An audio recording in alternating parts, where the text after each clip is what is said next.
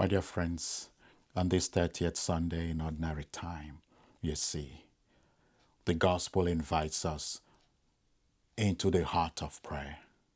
Not just the words of prayer, but his posture. Today in the gospel, Jesus contrasts two men in the temple. One proud, so full of himself, and the other very humble. One prays to exalt himself, the other pleads for mercy. And it is the humble man that goes home justified. We see in this gospel today three things. The danger of spiritual pride. The Pharisees' prayer, it became a litany of self-congratulations. He thanks God, yes, but only to highlight his own righteousness. He compares himself to others, especially the tax collector, and finds them wanting, but for him, he was all put together. He is righteous with no sin. This is the peril and the danger of presumptuous prayer. When we use prayer to elevate ourselves rather than encounter God, pride therefore blinds us to our need for grace, dear friends. Pride turns prayer into performance. But in the humble prayer of the tax collector, we see the tax collector stands at a distance, eyes downcast, beating his chest. His prayer is simple. God, be merciful to me, a sinner. God, be merciful to me, a sinner.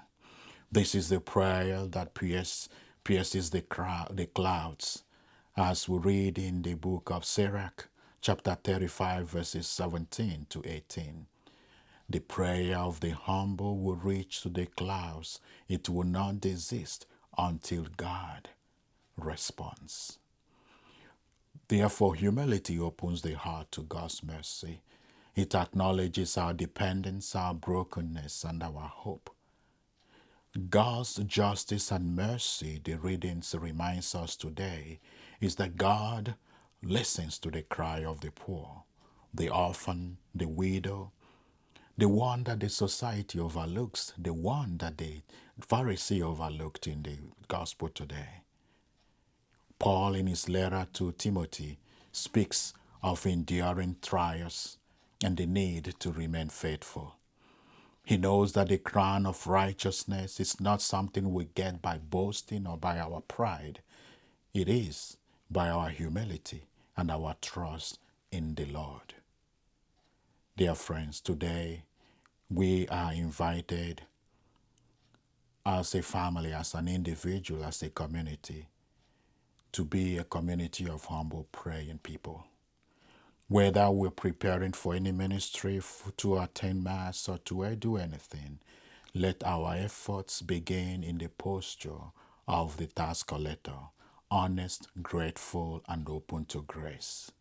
Let us not compare ourselves to others, but ask, Lord, how can I serve you more faithfully today?